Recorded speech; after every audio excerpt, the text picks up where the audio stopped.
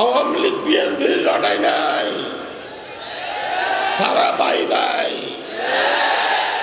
এক দেশের মানুষ, আমরা ভাই ভাই, আমাদের আবহাওয়া এক, আকাশ বাতাসে।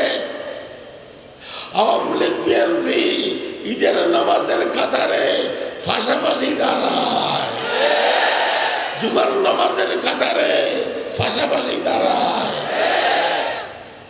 আওয়ামী লীগ বিএনপি এর মাঝখানে আত্মীয়তার সম্পর্ক আছে কিনা? সব ভাই ভাই। আওয়ামী লীগ বিএনপির কোন লড়াই নাই।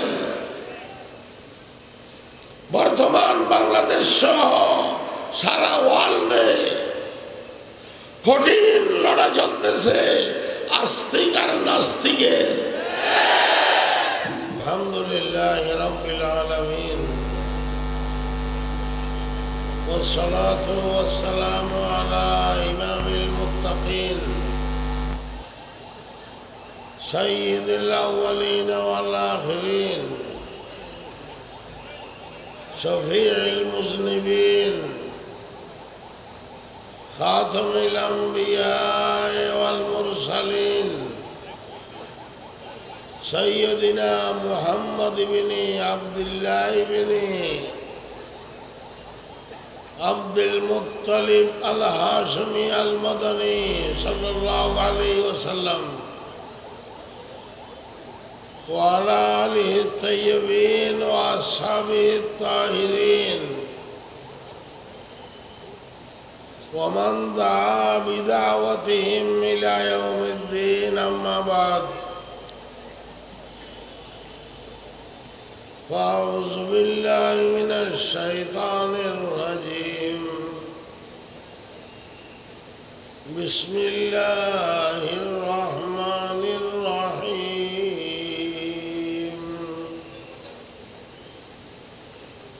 اليوم أكملت لكم دينكم وأتممت عليكم نعمتي ورضيت لكم الإسلام دينا. ومن يبتغي غير الإسلام دينا فلن يقبل منه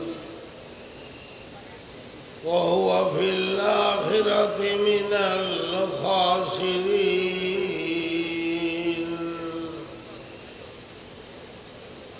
صدق الله العلي العظيم.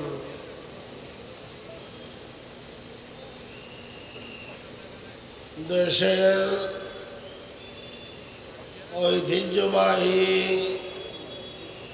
দ্বীনি এবং সেবামূলক সংগঠন আল আমিন সংস্থার উদ্যোগে আয়োজিত এই বিশাল আজিমুশান তাফসীরুল কুরআন মাহফিলের মোহতারাম সদরে ইজলাস ওয়ারাসাতুল আম্বিয়া হযরতে উলামায়ে কেরাম, তালেবানে উলুমে শরিয়ত,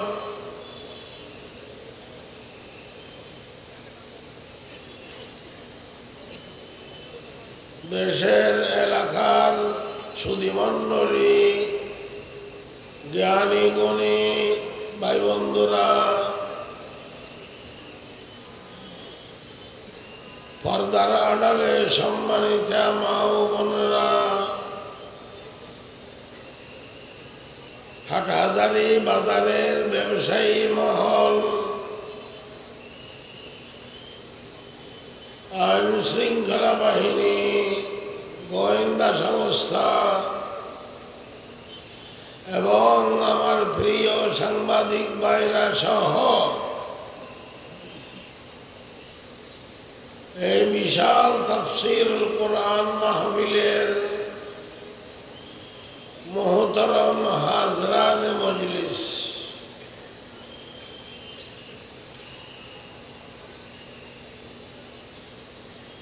আলহামদুলিল্লাহ অনেক বাধা ভক্তির ভিতর দিয়ে আল্লাহর রহমতে আল্লাহর কোরআনের তাফসীর মাহফিল করার সুযোগ আল্লাহ তাআলা করিয়া দিয়েছেন। বলেন একবার আলহামদুলিল্লাহ।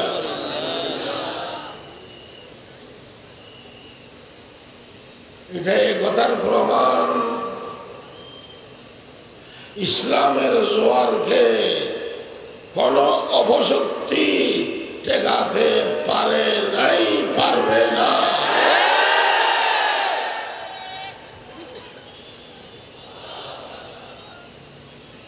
बातिल से दबने वाले कयास मां नहीं हम, सो बार कर चुका है तो इम्तिहान हमारा, सो बार कर चुका है तो इम्तिहान हमारा।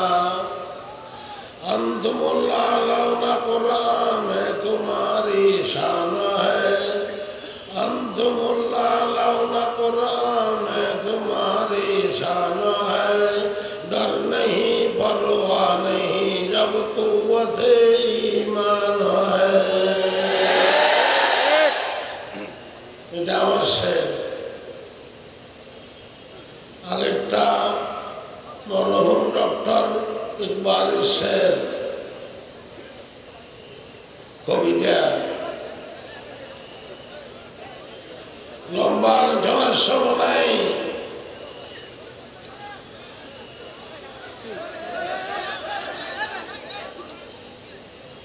লম্বা আলোচনার সময় নাই, সংক্ষেপে দুই একটি কথা।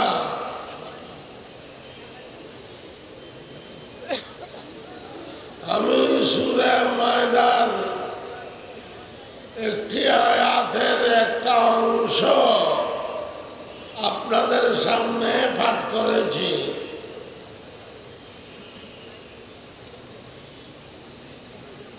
দুই 2010-এর কেবল 10-এর হিজরি সন 10 মাহে জিলহজে আরফাতের মাঠে আরফার হাজার হাজার সাহাবায়ে কেরামের মজমায় জুমাবারে বাদে আসর আল্লাহ তাআলা এই আয়াত নাযিল করেছেন আল্লাহর রাসূলের উপর।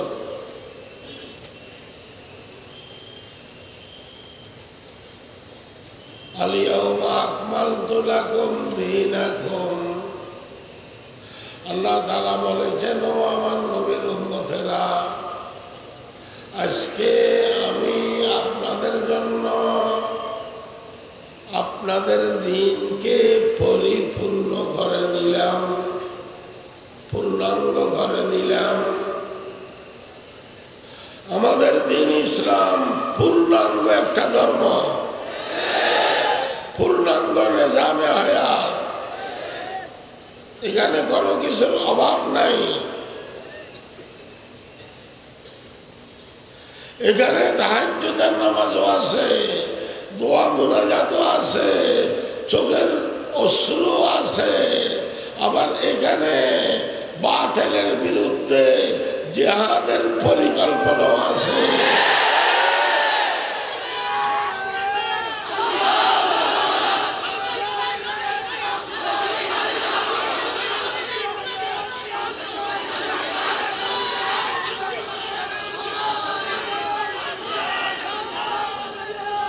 এখন আপনাদের মাথায় সুতার টুপি, ঠিক কিনা? অবশ্যই আমার মাথায় সুতার টুপি, আমাদের মহতরম সভাপতির মাথায় সুতার টুপি। কিন্তু প্রয়োজনে রাসূলুল্লাহর সুন্নাত আদায় করার জন্য প্রয়োজনে সুতার টুপি লাগাইয়া লোহার টুপি পরতে হবে।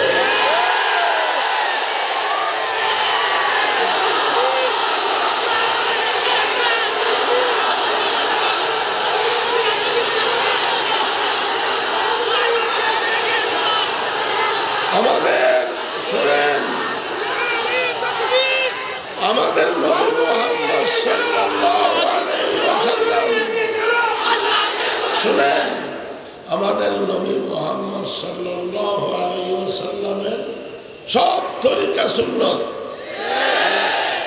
হিজরি সন 8-এ ফতে মক্কার সময় আমাদের নবী মক্কা শরীফ প্রবেশ করেছেন। তখন আমাদের নবীর মাথায় ছিল লোহার টুপি।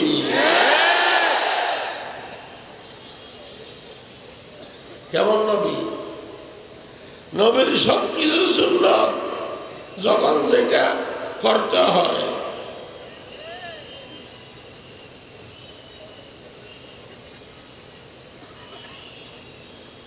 আমরা জাতি হিসাবে কি, আমাদের ধর্মের নাম কি? আমাদের প্রিয় নবীর নাম কি? আমাদের সংবিধান কি? আল কোরআন। আমাদের প্রভুকে আল্লাহ আল্লাহ। সবচেয়ে বেশি প্রিয় নাম আল্লাহ, অথবা সবচেয়ে বেশি প্রিয় নাম মুহাম্মদ সাল্লাল্লাহু আলাইহি ওয়াসাল্লাম।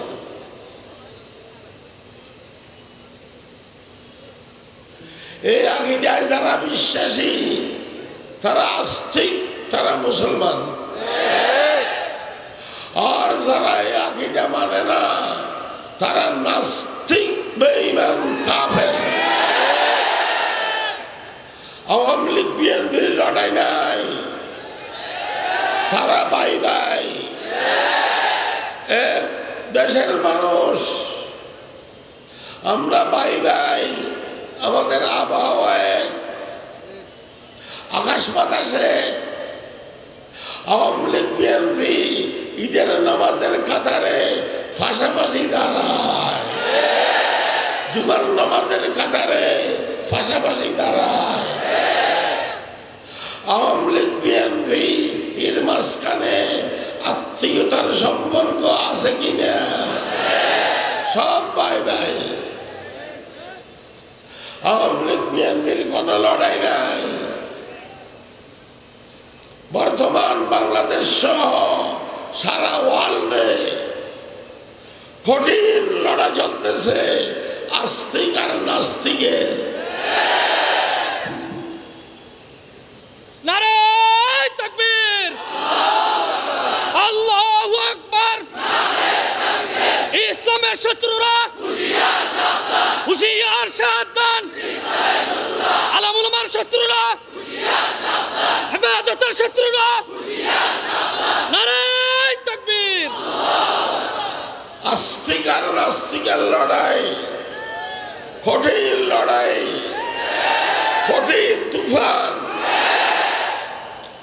এই লড়াইতে আমরা যারা আল্লাহর নবীর উম্মত, আল্লাহর বান্দা, খাঁটি মুসলমান, আস্তিক,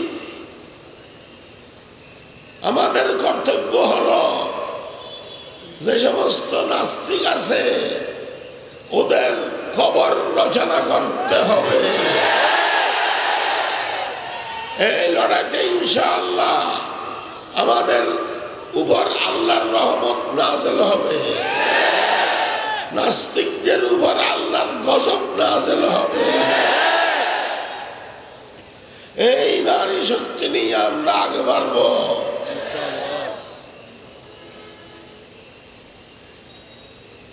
হেফাজত ইসলাম বাংলাদেশ সম্পূর্ণ অরাজনৈতিক একটা ঈমান আকীদা ভিত্তিক সংগঠন। এখানে কোন রাজনৈতিক পতাকা উড়ানো যাবে না, রাজনৈতিক কোন এজেন্ডা বাস্তবায়ন করা যাবে না। আমরা কোন পার্টি বা দলের এজেন্ডা বাস্তবায়ন করার জন্য আসিনি। আমরা মুহাম্মদুর রাসূলুল্লাহ সাল্লাল্লাহু আলাইহি ওয়াসাল্লামের এজেন্ডা বাস্তবায়ন করার জন্য এসেছি।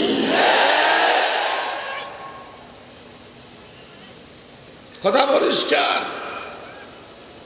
আমাদের কোনো ভূমিকা সরকারের বিরুদ্ধে নাই, দেশের বিরুদ্ধে নাই, কোনো পার্টি বা দলের বিরুদ্ধে নাই, হেফাজতের কোনো ভূমিকা। বরং যারা রাসূলের শত্রু, যারা আল্লাহর দুশমন, যারা আবু জাহেলের খালাতো ভাই থালাতো ভাই, ওদের বিরুদ্ধে আমাদের কঠিন ভূমিকা ছিল, আছে, থাকবে, থাকবে, থাকবে।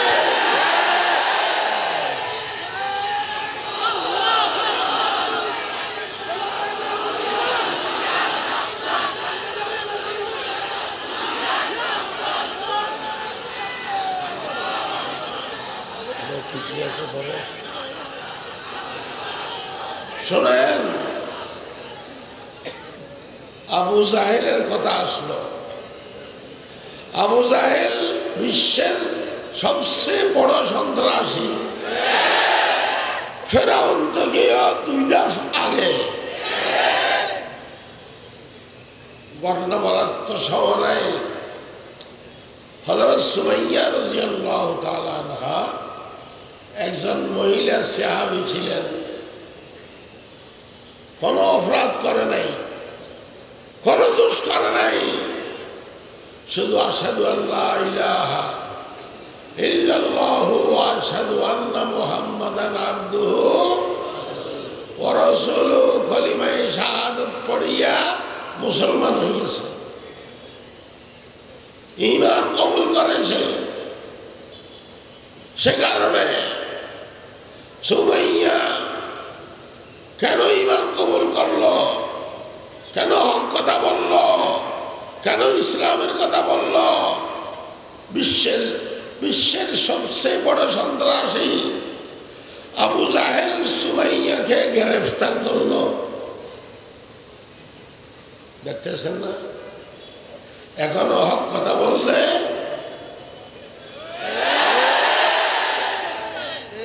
গ্রেফতার করে কিনা? সমস্যা নাই, গ্রেফতার করুক, রিমান্ডে নিয়ে যা। বসেন বসেন, গ্রেফতার করুক, রিমান্ডে নিয়ে যা, ফাঁসির কাস্টে ঝুলাইলেও আমাদের হক কথা বলতে হবে। চুল পরিমাণ আমরা পিছপা হব না।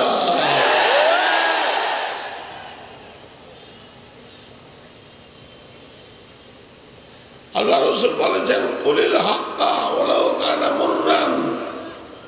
হক কথা তিক্ত হলেও, কষ্টদায়ক হলেও বলতে থাকো।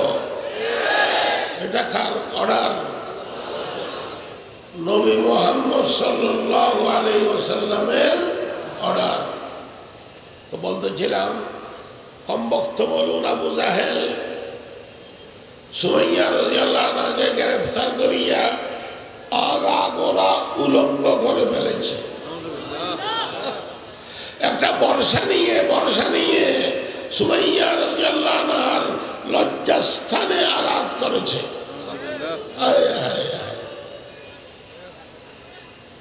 একটা বর্ষা নিয়ে যদি একজন মহিলার লজ্জাস্থানে আঘাত করে, সে মহিলা কি বাঁচতে পারে? শাহাদাত বরণ করেছে সেখানে। আউয়ালু শাহীদাতিন ফিল ইসলাম, সর্বপ্রথম মহিলা শহীদ ইসলাম ধর্মে হযরত সুমাইয়া রাদিয়াল্লাহু তাআলা।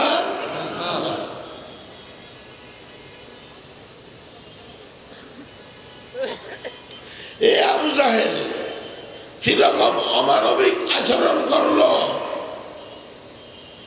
একজন মহিলার লজ্জাস্থানে আঘাত করতেছে, কোনো অপরাধ নাই, শুধু হক কথা বলার কারণে।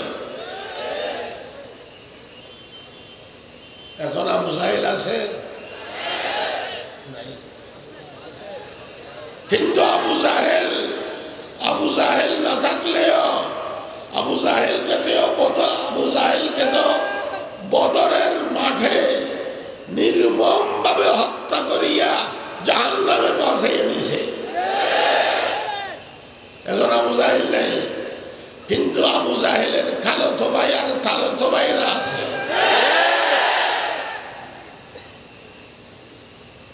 হুজুর কই একজন হলেও দেখাইয়া দেন না আবু জাহেলের খালাতো ভাই? আরে আবু জাহেলের সবচেয়ে বড় খালাতো ভাই হলো ফ্রান্সের ম্যাক্রো।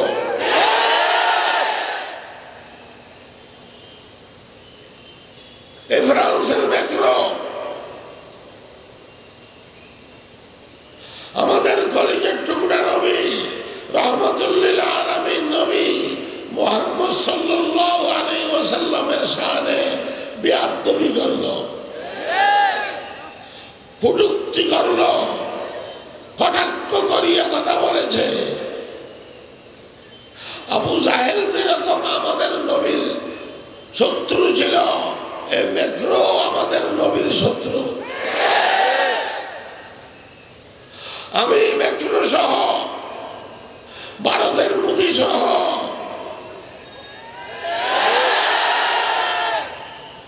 ভারতের মোদী আমাদের মসজিদকে ভাঙিয়া মন্দির বানাইছে, আল্লাহর ঘরকে ভাঙিয়া মূর্তির ঘর বানাইছে।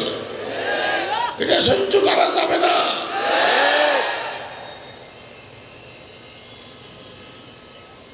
বাবরি মসজিদকে ভাঙিয়া রাম মন্দির বানাইছে, দাবি করেছে রাম মন্দির এককালে আরে বাবরি মসজিদ এককালে রাম মন্দির ছিল। এটা তথ্য নেওয়া হয়েছে, কোন দলিল নাই, প্রমাণ নাই। বাবরি মসজিদ যে এককালে কি ছিল? রাম মন্দির ছিল, কোন দলিল প্রমাণ নাই। কথা তো বলার সময় বেশি। বাবরি মসজিদ মোগল আমল থেকে ছিল। মোগল আমলের সমস্ত রাষ্ট্রপ্রধানরা বাবরি মসজিদকে মসজিদ হিসাবে মেনে নিয়েছে।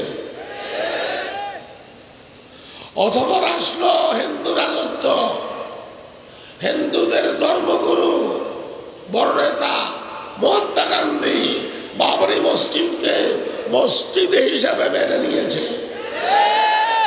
জওহরলাল নেহেরু হিন্দুদের বড় নেতা বাবরি মসজিদকে মসজিদ হিসাবে মেনে নিয়েছে। এবং আরো অনেক হিন্দুরা বাবরি মসজিদকে মসজিদ হিসাবে মেনে নিয়েছে। কিন্তু এই খসাই নদী এসে কিছু উগ্রপন্থী হিন্দুদের পরামর্শ নিয়ে বাবরি মসজিদকে রাম মন্দির বানিয়ে ফেলেছে।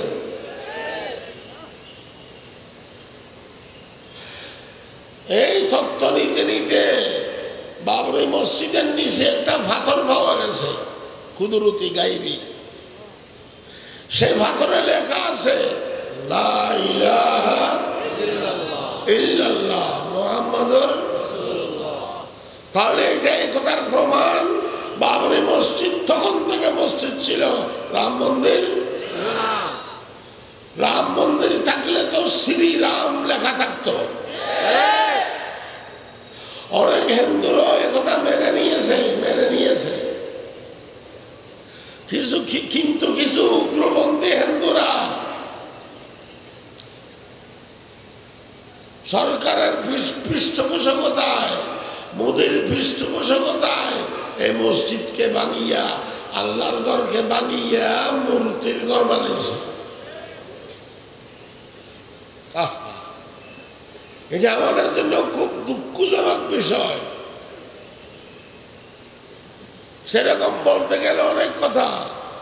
ওরা সব আবু জাহেলের খালাতো ভাই।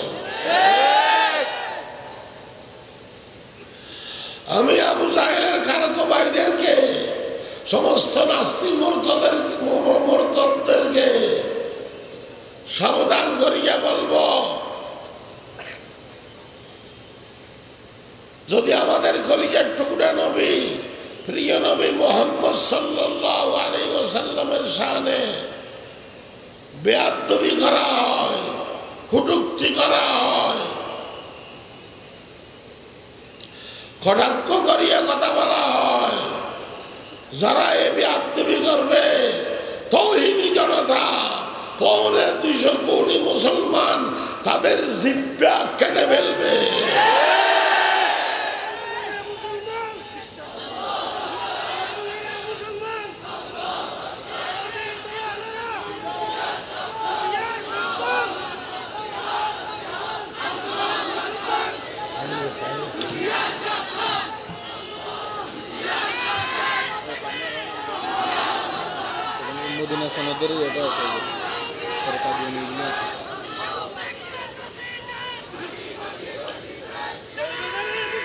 বর্তমান ভারতের দালালেরা সর্বদাই মুসলমান বিশ্বনবীর অপমান বলতে পারে না, কি হয়েছে?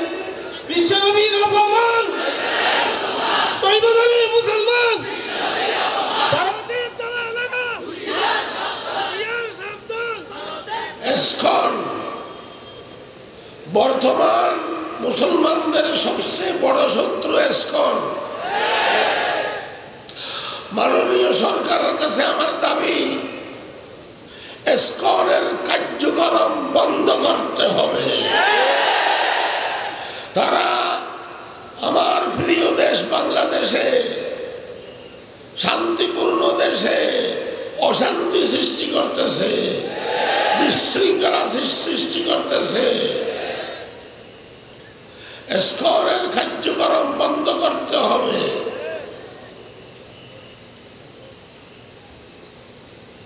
আমাদের মাননীয় প্রধানমন্ত্রী খুব সুন্দর কথা বলেছেন, সে কথায় আমরা সকলে মাননীয় প্রধানমন্ত্রীর সাথে আছি, ঠিক কিনা? মাননীয় প্রধানমন্ত্রী বলেছেন, তোমরা এদিক সেদিক কথা বলিও না, দেশ চলবে মদিনার সনদে, ঠিক না বেটি? দেশ চলবে, এই কথায় আমরা মাননীয় প্রধানমন্ত্রীর সাথে আছি একমত। আমাদের কথা সেটা, সোনার বাংলা 90% মুসলমানের দেশ, মদিনার সনদে চলবে, রাশিয়ার সনদে চলতে পারবে না, আমেরিকার সনদে চলতে পারবে না, ভারতের সনদে চলতে পারবে না, চীনের সনদে চলতে পারবে না, পারবে না। আর সনদে চলবে মদিনার সনদ। মদিনার সনদ শান্তির সনদ। আমরা শান্তি চাই না অশান্তি চাই? ইসলাম শান্তির ধর্ম, ইসলাম সন্ত্রাসের ধর্ম নয়। কিন্তু এটা স্লোগান দিলে হবে না, এটা বাস্তবায়ন করতে হবে। বাংলাদেশকে শান্তির দুর্লয় পরিণত করার জন্য মদিনার সনদের বিকল্প নাই। প্রধানমন্ত্রী ঠিকই বলেছেন, মদিনার সনদে চলবে।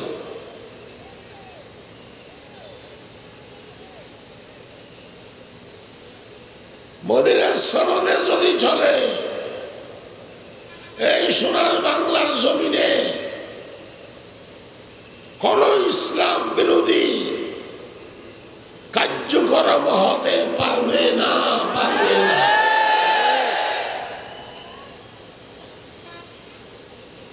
তাফসীর করার সময় নাই, কিন্তু মদিনার সনদে চলবে।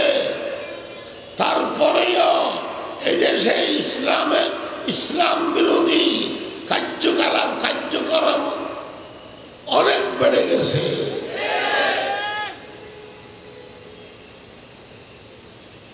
মাননীয় প্রধানমন্ত্রী, মাননীয় আমরা আপনার দুশ্মন নই, আমরা আপনার দুশ্মন নই। আমাদেরকে আপনি দুশ্মন মনে করবেন না, বরং যারা আপনার গাড়ে চেপে বসে আছে, গাপটে মেরে বসে আছে, যে সমস্ত নাস্তিক মুরতাদেরা, তারাই আপনার দুশ্মন। আপনার আব্বাজি, আমরা ওনাকে শ্রদ্ধা করি, বঙ্গবন্ধু শেখ মুজিব, আমরা ওনাকে শ্রদ্ধা করি। এই বঙ্গবন্ধুকে কারা মেরেছে? হাটাদানি মাদ্রাসার মহতম সাহেব, পটিয়ার মহতম সাহেব, কোন বিশ্বাস, কোন মাদ্রাসার ছাত্র, কোন আলেম ওলামা? না না না, এ বঙ্গবন্ধুকে মেরে ফেলেছে বঙ্গবন্ধুর মানুষ। আমি আপনাকে একটু সতর্ক করতেছি, আপনার গানের উপর চেপে যারা, যে সমস্ত নাস্তিকেরা বসে আছে, আমার আশঙ্কা লাগতেছে তারাই আপনার ক্ষতি করবে, তারাই আপনাকে মেরে ফেলবে। নারায়ে তাকবীর, নারায়ে তাকবীর। ইসলামের শত্রুরা নাস্তিকদের আস্তানা ভেঙে দাও, গুড়িয়ে দাও। ভারতের দালালেরা হুঁশিয়ার সাবধান, বিশ্বের মুসলিম। নারায়ে তাকবীর। আমরা আপনার দুশ্মন নই, আমরা দেশে শান্তি শৃঙ্খলা চাই। মদিনার সনদে যদি দেশ চলে, কোন ভাস্কর্য থাকতে পারে না। আমার কথা বুঝেন? মদিনার সনদে দেশ চললে মদিনায় কি কোনো ভাস্কর্য আছে? মদিনায় মাজারের ভিতরে জিন্দা নবী সাহিত্য আছে। কি ভাই, আমাদের নবী কবরের ভিতরে কি মরা না জিন্দা? জিন্দা। নবাসদ মৌতার কি জাম বিয়ারা, নারিয়ে কাত পিয়াও আস পিয়ারা। জিন্দা নবী, সর্বশ্রেষ্ঠ নবী, যার স্থান আল্লাহর পরে। শেখে মুহাম্মদুর রাসূলুল্লাহ সাল্লাল্লাহু আলাইহি ওয়াসাল্লাম, উনার মাজার কোথায়? মদিনা। উনার সে বড় আর কেউ তো হতে পারে না। কি ভাই, নেতা নেত্রী বড় না নবী বড়? আরে কোন তুলনা আছে? একটু বলবো মিসাল। নবী কত বড়? নবীর নাম না বললে নামাজ হয় না। আসসালামু আলাইকা আইয়ুহান নবিয়্যু বলতে হবে না? নবীর নাম না বললে নামাজ হয় না, কিন্তু নেতা নেত্রীদের নাম বললেই নামাজ হয় না। নামাজকে দৌড়াইতে হয়, ঠিক না বেটি? সামনে এখন কি পড়বেন? এশারের নামাজে যদি আপনারা আসসালামু আলাইকা আইয়ুহান নবিয়্যুর পরিবর্তে বলেন আসসালামু আলাইকা আইয়ুহাস শেখ হাসিনা, নামাজ হবে? নামাজ দৌড়াতে হবে। আসসালামু আলাইকা আইয়ুহাল খালেদা জিয়া, নামাজ হবে? নামাজ হবে না। আসসালামু আলাইকা আইয়ুহাস শাইখ মুর্শিদ এরশাদ মিয়া, নামাজ হবে? আরে নামাজ তো যাবে। আমার মনে হয় উজু চলে যাবে।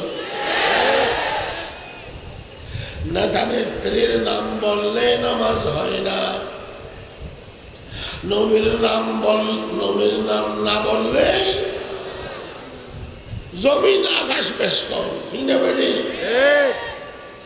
কোথায় মোহাম্মদ রাসূলুল্লাহ নবী, কোথায় নেতা নেত্রী?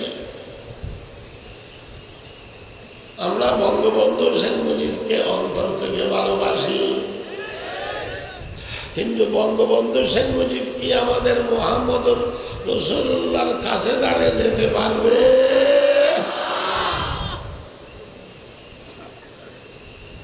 তারপরেও মদিনায় কেমন আল্লাহ নবী, ইয়া আল্লাহ বলার তো সময় নাই, কেমন আল্লাহ নবী।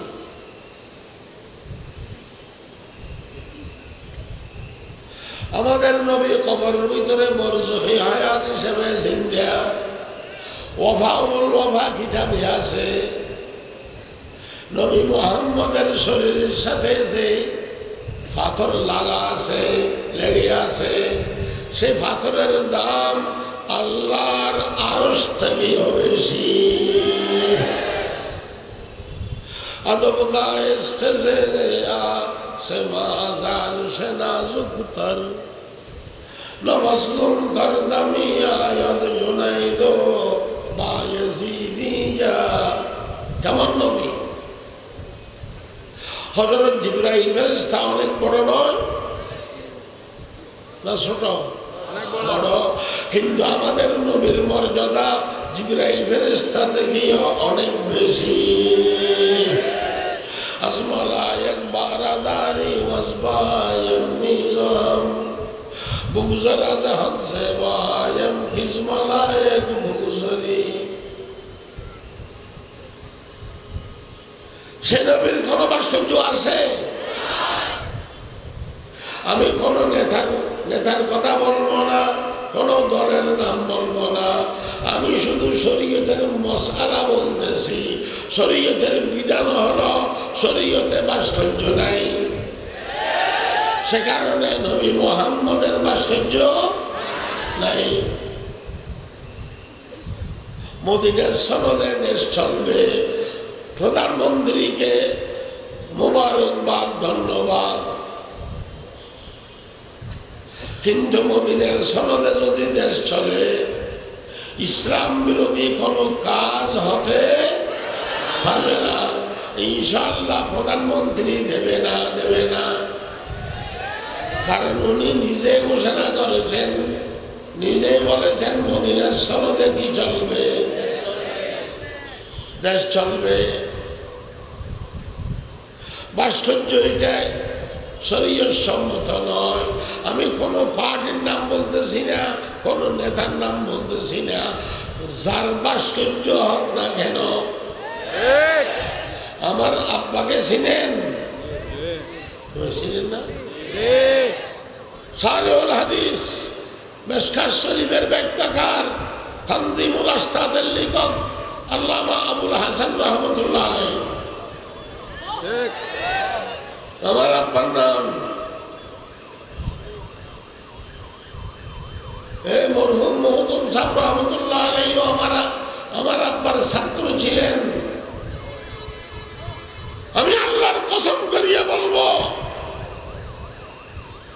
কেউ যদি আমার আব্বার ভাস্কর্য বসায়, কেউ যদি আমার আব্বার ভাস্কর্য স্থাপন করে, সর্বপ্রথম আমি আমার আব্বার ভাস্কর্যকে ছিঁড়ে টেনে হেসড়ে ফেলে দেব।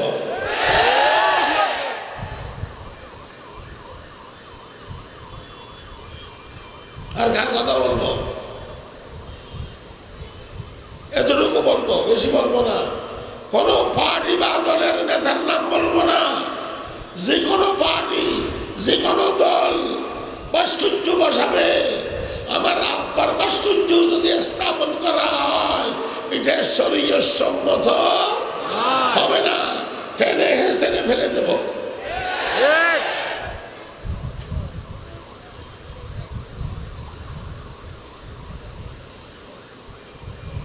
মদিনার সনদে দেশ চলবে। খুব সুন্দর মদিনার সনদে যদি দেশ চলে, এই দেশে কাদিয়ানীরা মুসলমান হিসেবে বসবাস করতে পারে না। কি বলেন?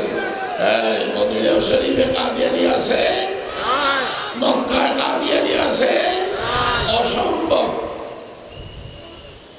এ কাদিয়ানী গোষ্ঠী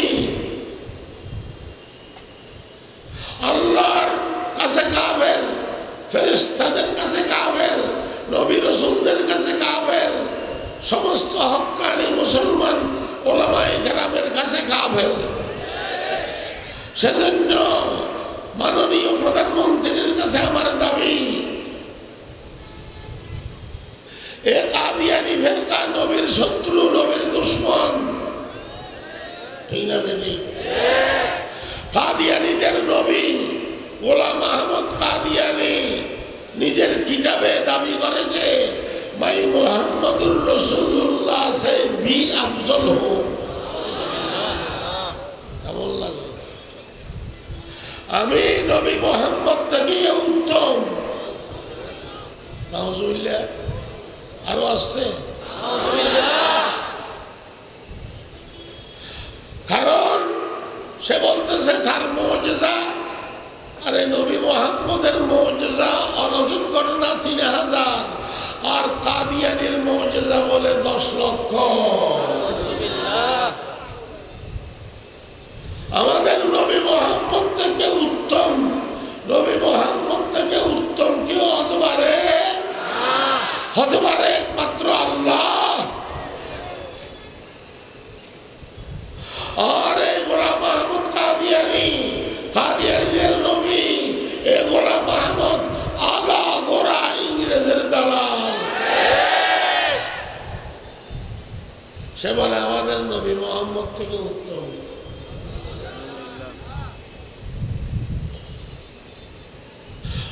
মদিনার সনদে দেশ চলবে, ঠিক আছে, কিন্তু মদিনার নবীর যদি অপমান করা হয়, অবমাননা করা হয়, কটূক্তি করিয়া কথা বলা হয়, তাহলে মদিনার সনদের দাবি হলো তাদের জিহ্বা কেটে ফেলতে হবে।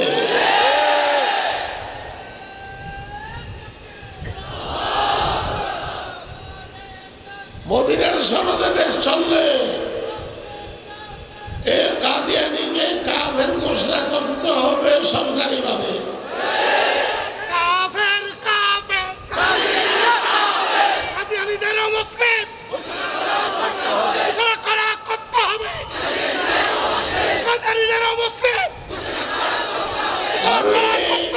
এ কথা শুনিয়া খুশি হলাম কিছু। আমাদের মাননীয় প্রধানমন্ত্রী PM কাদিয়ানীকে মুসলমান মনে করে না ব্যক্তিগতভাবে। তার সাথে আমি একটু এড করব, ব্যক্তিগতভাবে কাদিয়ানীকে মাদ্রাসার ছাত্ররা ওস্তাদের অসম্মানী হইতেছে, শাইখুল হাদিস আল্লামা আজিজুল হক সাহেবের অপমান করা হচ্ছে। আল্লাহ তাআলা ঘোষণা দিয়েছেন, আল্লাহর ঘোষণা, যে আমার অলির সাথে বিয়াদবি করবে, যে আমার অলির সাথে শত্রুতা করবে, আমি আল্লাহ তার সাথে যুদ্ধ করব। সেই সমস্ত কারণে এই ছোট ছোট কিছু ছাত্ররা মিছিল বের করেছে, করাটা স্বাভাবিক। এই সমস্ত ছাত্রদেরকে আবার গ্রেফতার করা হয়েছে। লম্বা কথা বলবো না, প্রশাসন সরকার আপনারা সবকিছু বুঝতেছেন। আমি আগেও বলেছি, আমাদের আমরা প্রধানমন্ত্রীর শত্রু নই। এই সমস্ত কুচক্রী মহল, নাস্তিক মর্যাদারা, আলেম ওলামাদের দুশমনেরা আপনার গাড়ে চেপে বসে আছে। আপনাকে বদনাম দুর্নাম করার জন্য। আমার কথা শেষ, যে সমস্ত ছাত্ররা নিজের উস্তাদের আল্লামা আজিজুল হক সাহেবের ইজ্জত সম্মান রক্ষা করার জন্য বের হয়ে মিছিল করেছে, ওদেরকে যে গ্রেফতার করা হলো, এই গ্রেফতারকৃত ছাত্রদেরকে 24 ঘন্টার ভিতরে ছেড়ে দিতে হবে।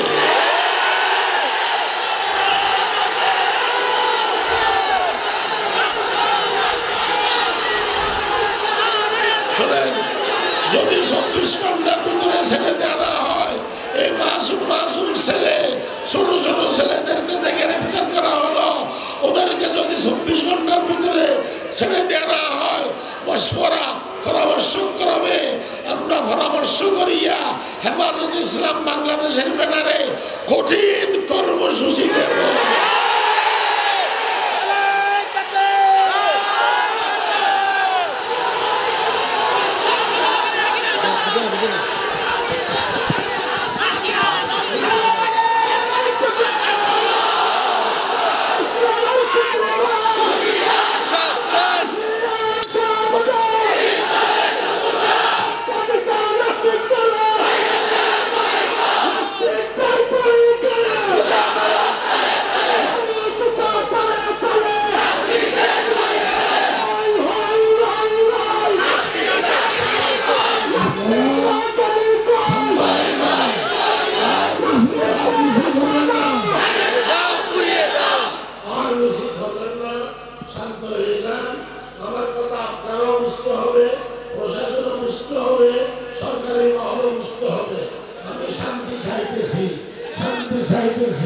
শান্তি আনার জন্য এই সমস্ত কথা বললাম আমি।